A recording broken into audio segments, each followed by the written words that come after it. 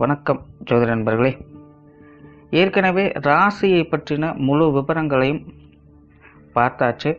அதாவது ஒவ்வொரு ராசிக்குமே என்ன மாதிரியான குணாதிசயங்கள் இருக்கும், எந்த மாதிரியான வாழ்க்கை அமைப்பு இருக்கும், என்ன மாதிரியான உறவு முறைகள் இருக்கும் அப்படின்னு விளக்கமாகவே பார்த்தாச்சு. அதே போல் லக்ன விவரங்களையும் பார்த்தாச்சு. ராசி அமைப்பை போலவே லக்னத்திற்கும் ஒவ்வொரு விஷயங்களும் எப்படி இருக்கும் அப்படின்னு தனித்தனியாகவே சொல்லியிருக்கும். பார்க்காதவங்க டிஸ்கிரிப்ஷனில் லிங்க் இருக்கும், செக் பண்ணி பாருங்கள். இனி ராசி மற்றும் லக்னம் இது ரெண்டும் சேர்ந்த அமைப்பு எப்படி இருக்கும் அப்படிங்கிறத பற்றி பார்க்க போகிறோம். ஒரு குறிப்பிட்ட லக்னம் மற்றும் ராசியாக ஒரு மனிதருக்கு அமைந்து வரும் பொழுது அவங்களுக்கு என்ன மாதிரியான விஷயங்கள் இருக்கும் அப்படிங்கிறத பற்றி சில விளக்கங்களை ஜோதிடத்தில் பொதுவாக சொல்ல முடியும்.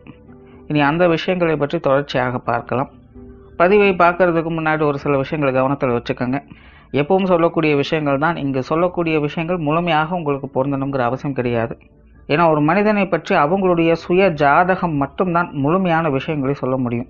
மற்ற விஷயங்கள் எல்லாமே ஒரு பொதுவான அமைப்பு கொண்டது தான். இங்கு சொல்லக்கூடிய விஷயங்களை நீங்கள் கிராஸ் பண்ணி வருவீங்க. உங்களுடைய வாழ்க்கையில் சில அனுபவங்களாகவும் உணர்வுபூர்வமான விஷயங்களாகவும் பெற முடியும். அதே போல் ராசி முக்கியமாக இல்லை லக்னம் முக்கியமாக அப்படின்னாலும் குழப்பிக்க வேண்டாம். ராசி லக்னம் அப்படிங்கிறதெல்லாம் பார்த்தீங்கன்னா ஒரு சில ஐடென்டிட்டி மட்டும்தான். ஜோதிட பலன்கள் எடுக்கிறதுக்காக பொதுவாக தெரிஞ்சிக்க வேண்டிய சில விஷயங்கள் அவ்வளோதான். மற்றபடி 9 கிரகங்கள் 12 கட்டம் 27 நட்சத்திரங்கள் கொண்ட ஒரு அமைப்பு தான் நமக்கு முழுமையாக முக்கியம். அதுதான் ஒவ்வொரு செகண்டும் நமக்கு தேவையான எல்லா விஷயங்களையும் தீர்மானிக்கிறது. அதனால் ராசி முக்கியமாக இல்லை லக்னம் முக்கியமாக அப்படின்னாலும் குழப்பிக்காதீங்க. நம்ம யாருன்னு கேட்டால் நம்மளுடைய பேரை எப்படி ஒரு அடையாளமாக சொல்கிறோமோ அந்த மாதிரி தான் நம்மளுடைய சுய ஜாதகத்திற்கு அடையாளமாக இந்த ராசியும் லக்னமும் அமைந்து வருது. மற்றபடி இங்கே எல்லாமே முக்கியம் அப்படிங்கிறத மனசில் வச்சுக்கோங்க.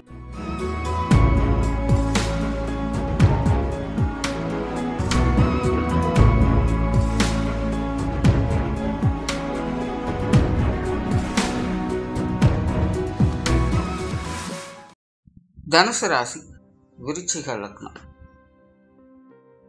கோபம் இருக்கிற இடத்துல தான் குணம் இருக்கும் அப்படின்னு சொல்லுவாங்க. ஸோ இந்த ஒரு வாக்கியத்தை இந்த தனுசு ராசி விருச்சிக லக்னத்தில் பிறந்தவர்களுக்கு முழுமையாக பொருத்தி பார்க்க முடியும். ஏன்னா இவங்களுடைய இயற்கை சுபாவம் அப்படிங்கிறது கொஞ்சம் முரட்டு சுபாவமாக இருந்தாலும் கூட மனதளவில் இவங்க ரொம்பவுமே பக்குவப்பட்டவங்க, அமைதியானவங்க, சமாதானத்தை விரும்பக்கூடியவங்களாகத்தான் இருப்பாங்க. கிட்டத்தட்ட சாதுக்கள் போல நல்ல ஞான நிலையை பெற்றவங்களாகவும் இவங்க இருப்பாங்க. பெரும்பாலும் இவங்களுடைய இளமை காலம் அப்படிங்கிறது கொஞ்சம் போராட்டமாகத்தான் இருக்கும். அதாவது இங்கே போராட்டம் அப்படிங்கிறது வெறும் கஷ்ட நஷ்டங்களை மட்டும் சொல்கிறது கிடையாது. ஒரு சரியான வழிகாட்டுதல் இல்லாமல் என்ன செய்கிறோம் என்ன பண்ணுறோம் அப்படிங்கிறதே தெரியாமல், எங்கே போயிட்டுருக்கோம் அப்படின்னு தெரியாமல் சும்மா தாண்டோன்கமாக அவங்க பாட்டுக்கு இருந்துக்கிட்டு இருப்பாங்க. சிலர்லாம் பார்த்திங்கன்னா ரொம்பவுமே ரிசர்வ் டைப்பாக இருப்பாங்க, இல்லைன்னா ஆன்மீக விஷயங்களில் ஈடுபட்டுக்கிட்டு இருப்பாங்க, இல்லைன்னா சதாசர்வ காலம் ஏதோ ஒன்று சம்மந்தமில்லாமல் யோசிச்சுக்கிட்டே இருப்பாங்க.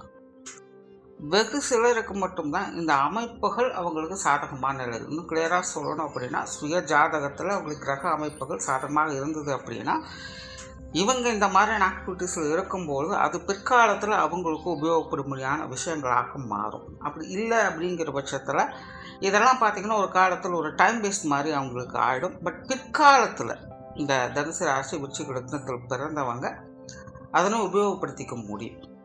அதாவது அவங்களுடைய வாழ்க்கைக்கு சரியான வழி என்ன அப்படிங்கிறத புரிஞ்சுப்பாங்க, வாழ்க்கையினோட நிலை என்ன அப்படிங்கிறத தெரிஞ்சுப்பாங்க, ஒரு ஸ்டெபிளான லைஃப்பை எடுத்துக்கொள்வாங்க. பட் அதுக்கான ஸ்ட்ரகிள்ஸ் இவங்களுக்கு ஆரம்ப காலகட்டங்கள்லேயே கிடைக்க ஆரம்பிச்சிடும். ஜென்ரலாகவே இவங்களுக்கு ஆன்மீக சிந்தனை அப்படிங்கிறது அதிகமாக இருக்கும். யோக சாதனங்கள், பக்தி நெறி சார்ந்த விஷயங்கள், இந்த மாதிரி ஆன்மீக பற்று இவங்களுக்கு இயற்கையாகவே அதிகமாக இருக்கும். ஒரு சிலருக்கு மட்டும், அதாவது இந்த நெகட்டிவ் கிரகங்களுடைய ஆதிக்கம் அவங்களுடைய ஜாதகத்தில் இருந்தது அப்படின்னா நாத்திகர்களாகவும் இருப்பாங்க. அதாவது எப்படின்னா கடவுளை திட்டிக்கிட்டாவது அவங்க கடவுளை பற்றி நினச்சிக்கிட்டு தான் இருப்பாங்க. ஸோ இது ஜாதகத்தில் நெகட்டிவ் கிரகங்களுடைய ஆதிக்கம் இருக்கும் பொழுது இந்த மாதிரி கொஞ்சம் கான்ட்ரவர்சியான மனநிலைகள் அப்படிங்கிறது அவங்களுக்கு ஏற்படும். ஆனால் அதே போல் இந்த தனுசு ராசி விருச்சிக லக்னத்தில் பிறந்தவங்களுக்கு பற்று அப்படிங்கிறது கொஞ்சம் அதிகமாக இருக்கும். இன்னும் சொல்ல போனால் குடும்ப பற்று அப்படிங்கிறது இவங்களுக்கு அதிகமாக இருக்கும். சிம்பிளாக ஒரே வார்த்தையில் முடிக்கணும் அப்படின்னா இவங்களுடைய மொத்த உலகமுமே இவங்களுடைய குடும்பம் மட்டும்தான். அந்த அளவுக்கு இவங்களுக்கு இந்த குடும்ப பற்று அப்படிங்கிறது அதிகமாக இருக்கும். அதே போல் தனிப்பட்ட முறையில் இவங்களுடைய வாழ்க்கையில் நடக்கக்கூடிய அனைத்து சுக துக்கங்களுக்கும் இவங்களுடைய குடும்ப வாழ்க்கை அப்படிங்கிறது ஒரு முக்கிய காரணமாக இருக்கும். சிம்பிளாக சொல்லணும்னா இவங்களுடைய குடும்ப வாழ்க்கை நல்லபடியாக இருந்தது அப்படின்னா இவங்க நல்லா இருப்பாங்க. குடும்ப வாழ்க்கை சரியில்லை அப்படிங்கிற பட்சத்தில் இவங்களுடைய நிலையும் பரிதாப நிலை தான். பொதுவாகவே இந்த விருச்சிக ராசி விருச்சிக லக்னத்தில் பிறந்தவங்கெல்லாம் பார்த்தீங்கன்னா கொஞ்சம் உணர்ச்சியற்ற நிலைகளில் தான் வேலை செய்வாங்க. ஒரு பற்றற்ற நிலைகளில் தான் அவங்களுடைய சிந்தனை அப்படிங்கிறதுக்கும் அவ்வளோ சீக்கிரம் எதுவும் ஒட்ட மாட்டாங்க. பட் இந்த தனுசு ராசி விருச்சிக லக்னம் அப்படின்னு வரும்பொழுது எங்கள் கடமை கண் போன்றது அப்படிங்கிற மாதிரி ஆயிடும். ஒரு விதத்தில் கர்ம வீரர்கள் காரிய வீரர்கள் அப்படின்னு கூட இவங்களை சொல்லலாம். பட் என்னென்னா இவங்க பந்தங்களில் மூழ்கக்கூடியவங்களாக இருப்பாங்க. இவங்களுக்கு அந்த பற்றற்ற நிலை அப்படிங்கிறது அவ்வளோ சீக்கிரம் வேலை செய்யாது. இந்த இல்வாழ்க்கைக்குள் மூழ்கக்கூடிய தன்மை அப்படிங்கிறது இவங்களுக்கு இயற்கையாகவே ஏற்பட்டுடும். ஸோ இவங்களுக்கு சுயஜாதகம் கிரக அமைப்புகள் நல்லபடியாக இருந்ததுன்னா இவங்களுக்கு ஒரு நல்ல இல்வாழ்க்கை அமையும். நல்ல சந்தோஷமான குடும்ப வாழ்க்கையை பெற்று குடும்ப உறவுகளை பெற்று திருப்திகரமான வாழ்க்கையை வாழ்வாங்க. அதாவது இங்கே ஆடம்பரம் காசு பணம் இதெல்லாம் அப்பாற்பட்ட ஒரு விஷயம்தான். காசு என்னங்க பெருசு, மனுஷங்க தான் முக்கியம், மனசு தான் முக்கியம் அப்படின்னலாம் இவங்க சொல்லுவாங்க. உண்மை நிலையும் அதுதான். ஸோ ஜாதக அமைப்பு நல்லபடியாக இருந்ததுன்னா இல்வாழ்க்கை அப்படிங்கிறது உங்களுக்கு நல்லபடியாகவே அமைஞ்சிடும். இல்லாதவங்க தான் அதை தேடி ஓடிக்கொண்டே இருப்பாங்க. நல்ல ஆக்டிவான பர்சன் தான். நல்ல சிந்தனை ஆற்றல் இவங்களுக்கு உண்டு. முன்னாடியே சொன்ன மாதிரி கடமை கண் போன்றது அப்படிங்கிற மாதிரி இவங்களுடைய கடமைகளை உறுத்தான நேரத்தில் கரெக்டாக செஞ்சு முடிக்கக்கூடிய திறன் பெற்றவங்களாக இருப்பாங்க. தனக்கு வருதோ இல்லையோ கிடைக்குதோ இல்லையோ தன்னுடைய கடமையை தான் கரெக்டாக செஞ்சிடணும் அப்படிங்கிற சிந்தனை இவங்களுக்கு அதிகம் உண்டு. அதே போல் டைமை கீப்பப் பண்ணக்கூடியவங்க, அந்த வழியாக வரக்கூடிய பழக்க வழக்கங்களை இவங்க பின்பற்றக்கூடியவங்க. இன்னும் சொல்ல போனால் இவங்க ஒரு செட் ஆஃப் ரூல்ஸை அமைச்சிக்கிட்டு அதுக்குள்ளே தான் வாழ்க்கையை நடத்துவாங்க. அதாவது பறந்து விரிந்த சுதந்திர மனப்பான்மை அப்படிங்கிறதெல்லாம் இவங்களுக்கு கிடையாது. எதாக இருந்தாலும் ஒரு லிமிட்டோடு இருக்கணும் அப்படின்னு தான் எதிர்பார்ப்பாங்க. ஒரு லெவலுக்கு மேலே நீங்களும் கிராஸ் பண்ணாதீங்க, நானும் கிராஸ் பண்ண மாட்டேன் அப்படிங்கிற மாதிரி தான் உங்களோட குணாதிசயம் இருக்கும். பேச்சுவார்த்தைகளில் விருப்பமுடையவங்க, சொன்ன சொல்லை காப்பாற்றணும் அப்படின்னு போராடக்கூடியவங்க. அதே போல் பேச்சாற்றல் அப்படிங்கிறது இவங்களுக்கு அதிகமாகவே இருக்கும். சொத்து சுகங்கள், கல்வி சார்ந்த விஷயங்கள், பொருளாதார ரீதியான விஷயங்கள் இதெல்லாமே பார்த்திங்கன்னா இவங்களுக்கு ஒரு அளவான அமைப்புகள் நல்லபடியாக செயல்படும் அப்படின்னு கூட சொல்லலாம். அதாவது அந்தந்த கால நிலைகளுக்கு ஏற்ப பட்ட படிப்புகளை பெறக்கூடிய அமைப்புகள், சொத்து சுகங்களை உருவாக்கக்கூடிய அமைப்புகள் இதெல்லாமே உங்களுக்கு உருவாகும். சுய சம்பாத்திய அமைப்புகள் அப்படிங்கிறது உங்களுக்கு ஏற்படும். பட் என்னென்னா ஜென்ரலாக அவங்க மெட்டீரியலிஸ்டிக்காக இருக்க மாட்டாங்க, சென்டிமெண்டலாக தான் இருப்பாங்க. உறவுகளுக்கு தான் முக்கியத்துவம் கொடுப்பாங்க. அதனால் இந்த சொத்து சுகங்கள், பொருளாதார ரீதியான விஷயங்கள் இதெல்லாமே பார்த்திங்கன்னா எங்களுக்கு இருப்பதும் இல்லாமல் இருப்பதும் ஒரு பெரிய விஷயம் கிடையாது அப்படிங்கிறது தான் நீங்கள் புரிஞ்சுக்கணும். அண்ட் பொது விஷயங்கள் மற்றும் பொது காரியங்களில் இவங்களுக்கு ஈடுபாடுகள் அப்படிங்கிறது கொஞ்சம் குறைவு தான். ஏன்னா பெரும்பாலும் எங்கே சுற்றினாலும் திரும்ப திரும்ப தன்னுடைய குடும்ப நிலைகளுக்கே இவங்க திரும்ப வந்துடுவாங்க. ஸோ வெளியில் எங்கே சுற்றினாலும் கடைசிக்கு வீட்டுக்கு வந்து தானே சேரணும் அப்படின்னு சொல்லுவாங்க. அந்த மாதிரி தான் இவங்களுடைய பொது வாழ்க்கையும் இருக்கும். ஸோ வெளியில் ஈடுபாடுகள் அப்படிங்கிறது ஒரு அளவுக்கு தான் உண்டு. அதே போல் மற்றவங்களோட பழக்க வழக்கங்கள் அப்படிங்கிறது கூட கொஞ்சம் டிஸ்டன்ஸ் கீப்பப் பண்ணுற மாதிரி தான் இருக்கும். அதாவது நல்லா டீப் இன்வால்மெண்ட்டோடு பழகிறாங்க அப்படின்னு சொல்லவே முடியாது. அதாவது மதிப்பு மரியாதையோடு இருப்பாங்க, எல்லாத்துக்கும் தெரிஞ்ச ஒரு நபராக இருப்பாங்க. பட் டீப் இம்பேக்ட் அப்படிங்கிறது யாருக்கிட்டையுமே ஏற்படாது. அதனால் இந்த புற வாழ்க்கை சார்ந்த விஷயங்கள் உங்களுக்கு ஈடுபாடுகள் அப்படிங்கிறது ஒரு அளவுக்கு தான் இருக்கும். பிரயாணம் சார்ந்த விஷயங்களில் விருப்பமுடையவங்க, பிரயாணங்களில் ஆதாயங்களும் அனுகூலங்களையும் பெறக்கூடியவங்க. இன்னும் சொல்ல போனால் இவங்க குடும்பத்தோடு ட்ராவல் பண்ணக்கூடியவங்களாக இருப்பாங்க. எங்கே போனாலும் குடும்பத்தோடு ஒற்றுமையாக போய் ஒற்றுமையாக வரக்கூடியவங்களாக இருப்பாங்க. அண்ட் காரிய ரீதியான விஷயங்களில் இவங்களுக்கு கொஞ்சம் ஒரு விதமான அவசரத்தனமும் கோபமும் இவங்களுக்கு உண்டு. பதறி காரியம் சிதறி போகும் அப்படிங்கிற மாதிரி சில விஷயங்களை செஞ்சு இவங்க கொஞ்சம் சிக்கலில் மாட்டிக்கிறதும் உண்டு. பட் இருந்தாலும் இவங்களுக்கு மன தெளிவு அப்படிங்கிறது உண்டு. எதை எப்போ செய்யணும், எப்படி செய்யணும் அப்படிங்கிற அந்த தெளிவும் உண்டு. ஸோ எதேச்சியாக இவங்களை அறியாமலே ஏதாவது ஒரு பிரச்சனைகள் இவங்க மாட்டிக்கிட்டாலும் மன ரீதியாக அது ஒரு சொல்யூஷனை கிடைக்கப்பெற்று அதில் தப்பிச்சு வெளிவரக்கூடிய அமைப்புகளும் இவங்களுக்கு முழுவதுமாக வேலை செய்யும். பட் இருந்தாலுமே கொஞ்சம் இந்த நிதானம் இல்லாமல் அவசரப்பட்டு செய்யக்கூடிய விஷயங்கள்லாம் கொஞ்சம் கவனம் எடுத்துக்கிறது நல்லது. ஏன்னா பிரச்சனைகளுக்கு சொல்யூஷன் கிடைக்குது அப்படிங்கிறது நல்ல விஷயம் தான். பட் அதுக்காக திரும்ப திரும்ப பிரச்சனைகள் உருவாக்கிக்கிட்டே இருக்கணும் அப்படிங்கிறது அவசியம் கிடையாது இல்லைங்களா? அதனால் இவங்க கொஞ்சம் கவனத்தோடு இருக்கிறது இந்த விஷயங்கள் நல்லது. அந்த குடும்ப வாழ்க்கையை பொறுத்த வரைக்கும் இவங்களுக்கு ஒரு சாதகமான அமைப்புகள் தான். ஜென்ரலாகவே உங்களுடைய பிறப்பு அமைப்பே பார்த்தீங்கன்னா குடும்ப வாழ்க்கை அனுபவிக்கிறதுக்காக பிறப்பெடுத்தவங்க. ஸோ அதனால் இவங்களுக்கு சுய ஜாதகம் அப்படிங்கிறது சப்போர்ட் பண்ணிச்சு அப்படின்னா நல்ல ஒரு குடும்ப வாழ்க்கையை அனுபவிக்க பெற்றவங்களாகவே இருப்பாங்க. அண்ட் பெரும்பாலும் இவங்களுடைய குடும்பத்தில் ஆன்மீக சிந்தனைகள் அப்படிங்கிறது மேலோங்கியே இருக்கும். ஆன்மீக ரீதியாக சேவை செய்து வரக்கூடிய பரம்பரைகளிலிருந்து இவங்க வரக்கூடியவங்களாக இருப்பாங்க, அல்லது அந்த மாதிரியான பரம்பரைகளை உருவாக்கக்கூடியவங்களாகவும் இவங்க இருப்பாங்க. சிலரெல்லாம் பார்த்தீங்கன்னா தன்னுடைய குடும்பம், தன்னுடைய வாரிசுகள் அனைத்துமே பார்த்தீங்கன்னா இந்த கோயிலுக்கு சொந்தம், இந்த கடவுளுக்கு சொந்தம், இல்லை மரத்துக்கு சொந்தம் அப்படிங்கிற மாதிரிலாம் எழுதி வச்சுட்டு போவாங்க. ஸோ அந்த மாதிரியான அமைப்புகள்லாம் பார்த்திங்கன்னா இந்த விருச்சிக லக்னம் தனுசு ராசியில் பிறந்தவங்களுக்கு உண்டு. குடும்பத்தோடு சேர்ந்து திருப்பணிகள் செய்யக்கூடிய அமைப்பு, சேவைகள், தான தர்மங்கள் செய்யக்கூடிய அமைப்புகள் இவங்களுக்கு உண்டு. மேலே அந்த மாதிரியான விஷயங்களில் இவங்க ஈடுபடும் பொழுது இன்னுமே அவங்களுடைய வாழ்க்கை அப்படிங்கிறது சிறப்பாகவே அமையும். பெற்றோர்கள் சார்ந்த விஷயங்கள் இது இவங்க கொஞ்சம் சாதகமாக இருக்கும். பெற்றோர்கள் வாக்கில் சுக அனுபவங்களை பெற்று வாழக்கூடியவங்களாக இருப்பாங்க. அவங்களுடைய சப்போர்ட் அப்படிங்கிறது எப்போவுமே இருக்கும். இவங்களுக்கும் அவங்களுடைய சப்போர்ட் அப்படிங்கிறது எப்போவுமே இருக்கும். இன்னும் சொல்ல போனால் இவங்களுடைய வயதிற்கு ஏற்ப பெற்றோர்களுடைய அரவணைப்பை கிடைக்க பெற்றவங்களாக இவங்க இருப்பாங்க. இவங்களுடைய தந்தை ரொம்பவுமே சோஷியலாக பழகக்கூடியவங்களாக இருப்பாங்க. பொருள் பற்று அப்படிங்கிறது அவங்களுக்கு கொஞ்சம் அதிகமாகவே இருக்கும். இந்த காசு பண்ண விஷயங்களில் கொஞ்சம் அதிக ஆர்வம் காட்டக்கூடியவங்களாக இருப்பாங்க. இவங்களுடைய தாயார் அப்படின்னு பார்க்கும்பொழுது அவங்களுக்கும் இந்த பொருள் ரீதியான விஷயங்களில் கொஞ்சம் ஆர்வம் அப்படிங்கிறது இருக்கும். பட் இருந்தாலுமே அதை மோட்டிவாக வச்சு செயல்படக்கூடியவங்களில் அவங்களுக்கு கொஞ்சம் இன்ட்யூஷன் பவர் அப்படிங்கிறது இருக்கும். அதே போல் உடன்பிறப்புகள் சார்ந்த விஷயங்கள் அவங்களுக்கு ஈடுபாடுகள் அதிகமாகவே இருக்கும். ஸோ ஜென்ரலாக இவங்களுக்கு பெற்றோர்கள் சார்ந்த விஷயங்கள் அப்படின்னு வரும்போது கொஞ்சம் சாதகமான நிலைகளில் வேலை செஞ்சுக்கிட்டு இருக்கும்.